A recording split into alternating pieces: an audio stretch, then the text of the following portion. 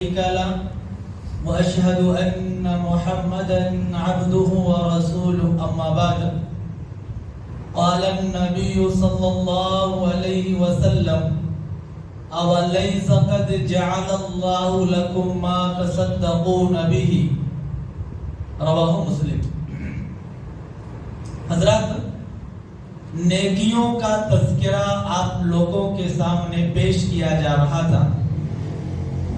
یہاں مسلم شریف کی حدیث ہے، صحابہ کرام میں سے کچھ صحابہ کرام اللہ کے رسول صلی اللہ علیہ وسلم کے پاس تشریف لائے اور کہا، اے اللہ کے رسول صلی اللہ علیہ وسلم، اجر کے اور ثواب کے اعتبار سے جو ہم میں سے مالدار لوگ ہیں وہ زیادہ ہیں، اجر اور ثواب کے اعتبار سے، اس لیے کہ وہ بھی نماز پڑھتے ہیں اور ہم بھی نماز پڑھتے ہیں، وہ بھی روزہ رکھتے ہیں ہم بھی روزہ رکھتے ہیں، جو نیکیاں وہ کرتے ہیں ہم بھی وہ نیکیاں کرتے ہیں، لیکن اجر اور ثواب کے اعتبار سے ان کا مقام زیادہ ہے، اس لیے کہ اللہ تعالی نے ان کو مال اور دولت سے نوازا۔ ان کے پاس مال ہے، ان کے پاس دولت ہے، تو وہ اپنے مال میں سے صدقہ اور خیرات کرتے ہیں، مال میں سے صدقہ اور خیرات کرتے ہیں۔ ہم غریب صحابہ کرام، ہمارے پاس تو کھانے کے لیے نہیں رہتا ہے، تو ہم صدقہ اور خیرات کیسے کریں؟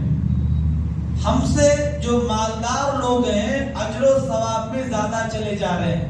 صحابہ کرام کا شوق دیکھیے نیکیوں کے حاصل کرنے کا، ان کو ایک فکر لگی ہوئی کہ ہم تو غریب ہیں، ہمارے پاس پیسے نہیں ہیں، مال اللہ رب العالمین نے نہیں دیا ہے کہ ہم لے جا کر کے صدقہ اور خیرات کریں، لیکن جو نماز پڑھنے کی بات ہے، روزہ رکھنے کی بات ہے، اور جو دوسرے کام ہم بھی وہی کرتے ہیں جو ہمارے مالدار صحابہ کرام کرتے ہیں۔ صحابہ کرام میں کچھ مالدار، کچھ صحابہ کرام ماشاءاللہ بہت مالدار، اللہ نے ان کو بہت نوازا تھا، اور کچھ صحابہ کرام ایسے تھے، اتنے غریب تھے کہ ان کے پاس کھانے کے لیے بھی کچھ نہیں ہوتا، دو دن تک کچھ نہیں کھاتے تھے، کچھ رہتا ہی نہیں تھا ان کے پاس، کبھی کھجور کھا کر کے، کبھی زمزم پی کر کے، کبھی پانی پی کر کے ایسے گزارا کرتے تھے۔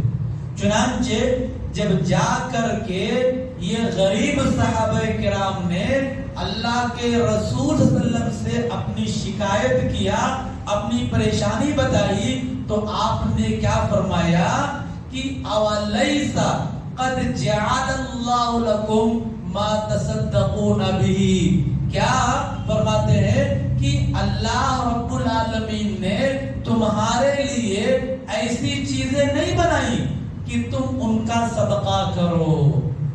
پیسے کا صدقہ نہیں کرنا، آپ کو غریب ہیں، آپ کے پاس پیسے نہیں ہیں، تو آپ کے لیے اللہ رب العالمین نے ایسی چیزیں بنائی ہیں کہ اگر وہ کام کرو گے تو جو مالدار صحابہ کرام ہیں، جن کو پیسہ خرچہ کرنے اور صدقہ کرنے پر ان کو ثواب ملتا ہے، آپ کو یہ اعمال اور یہ نیکی کا کام کرنے پر صدقے کا ثواب ملے گا۔ پھر فرماتے ہیں ان بکل تسبیحۃ صدقہ، کہ آپ جب ایک بار کہتے ہو سبحان اللہ، تمہارا ہر بار سبحان اللہ کہنا صدقہ ہے، اور فرماتے ہیں کہ ہر اللہ اکبر کہنا صدقہ ہے، اور فرماتے ہیں کہ ہر الحمدللہ کہنا صدقہ ہے، لا الہ الا اللہ کہنا صدقہ ہے، اور کیا فرمایا آگے، وَأَمْرٌ بِالْمَعْرُوفِ صَدَقَةٌ، نیکی کا حکم دو، جو تمہارے معاشرے میں، تمہارے گھر میں، تمہارے رشتہ دار میں ہے، ان کو نیکی کے کام کرنے کا حکم دو، یہ بھی صدقہ ہے، اور فرماتے ہیں وَالنَّحْيٌ عَنِ الْمُنْكَرِ صَدَقَةٌ، اور لوگوں کو برائی سے روکنا، اس پر بھی آپ کو صدقہ ہے۔ اور بھی آگے کیا فرمایا وفی بضع احدکم صدقہ، اور اپنی شرمگاہ کی حفاظت کرنا، اس پر بھی آپ کو صدقے کا ثواب ملے گا۔ آپ اندازہ لگائیے، ہم صرف صدقہ یہ سمجھتے ہیں کہ پیسے کو ہم اللہ کے راستے میں کسی مجبور غریب کو دے دیں وہی صدقہ ہے نا۔ یہ اسلام نے کہا کہ صدقہ بہت عام ہے۔ نبی نے فرمایا کہ تم ایسی چیزوں کا صدقہ کیوں نہیں کرتے ہو جو اللہ تعالیٰ نے تمہارے لیے بنائی ہیں۔ تو اس کے بعد کیا ہوتا ہے، وہ صحابہ کرام، غریب صحابہ کرام، وہ نمازوں کے بعد دیر دیر تک بیٹھتے اور یہ اذکار سبحان اللہ، الحمدللہ، اللہ اکبر، لا الہ الا اللہ، یہ سب پڑھنا شروع کر دیے۔ اور ویسے بھی حدیث کے اندر آتا ہے کہ یہ صدقہ کے علاوہ اس کی اور بھی دوسری فضیلتیں ہیں۔ جو تسبیح ہم پڑھتے ہیں نا، سبحان اللہ، الحمدللہ، اللہ اکبر، لا الہ الا اللہ، اس کے بڑے فوائد ہیں اور بڑی فضیلت ہے۔ جب بڑے بڑے جو مالدار صحابہ کرام تھے، ان لوگوں نے دیکھا کہ ہمارے ساتھ مسجد میں آنے والے کچھ صحابہ کرام ایسے ہیں جو ہمارے جانے کے بعد بھی بیٹھتے ہیں۔ انہوں نے غور کرنا شروع کیا، پوچھنا شروع کیا کیا پڑھتے ہیں، تو کہنے لگے کہ ہم یہ الفاظ پڑھتے ہیں، یہ کلمات پڑھتے ہیں۔ تو ان لوگوں نے پڑھنا شروع کر دیا، جو مالدار صحابہ کرام تھے ان لوگوں نے بھی پڑھنا شروع کر دیا۔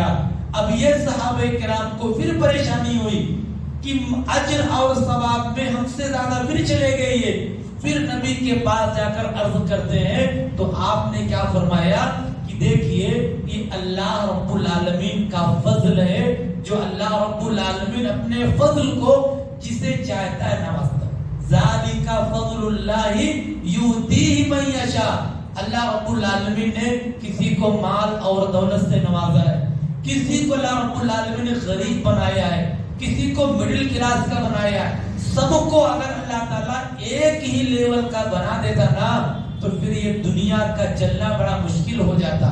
ہمارے گھروں کا کام کون کرتے، مسجدوں کا کام کون کرتے، لوگوں کے جو کام کون کرتے، سب کو پیسے پیسے ہیں، کسی کو پیسے کی ضرورت نہیں ہے تو کام کون کرتا۔ اس لیے اللہ رب العالمین نے اپنے اعتبار سے لوگوں کو جس کو چاہا جیسے چاہا دیا ہے۔ تو آپ نے ان صحابہ کرام کو کہا کہ دیکھیے اس میں گھبرانے کی، پریشان ہونے کی ضرورت نہیں ہے، آپ کو آپ کے نیکیوں کا بدلہ اور صدقے کا ثواب ملے گا۔ یہ جو حدیث ہے مسلم شریف کی، اس میں دیکھیے پیغام ہمیں ملتا ہے کہ صحابہ کرام جو تھے نیکیوں کے کرنے کی ہمیشہ کوشش کرتے تھے، ثواب میں آگے جانے کی کوشش کرتے تھے۔ یہ لوگ ثواب زیادہ پا رہے ہیں، صدقہ خیرات کر رہے ہیں، ہم بھی کچھ ایسا کام کریں ان کے لیول میں ہم کو بھی ثواب مل جائے۔ لیکن آج ہمارا جو معاشرہ ہے وہ نیکی کے کام میں، دین کے کام میں آگے نہیں جانا چاہتا۔